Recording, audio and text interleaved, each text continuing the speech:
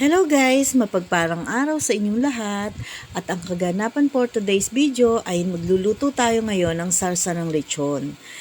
Ang ginawa ko lang po dyan ay ginisa ko po ang bawang, sibuyas, laurel at ang atay na giniling natin. Binlender muna. Ang pagpa-blender po ng atay ay medyo pinirito ko muna siya ng bagya at blender. Tapos saka niya tayo ay nagisa. At hinulog na po natin, nilagyan natin ng laurel, paminta at tubig.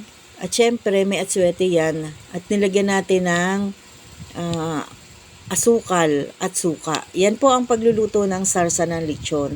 Ang ginawa ko pong pampalapot dyan ay all-purpose flour lang and cornstarch dahil hindi po tayo nakabili ng breadcrumbs na pampalapot. Pwede naman po yun pag wala tayong pampalapot.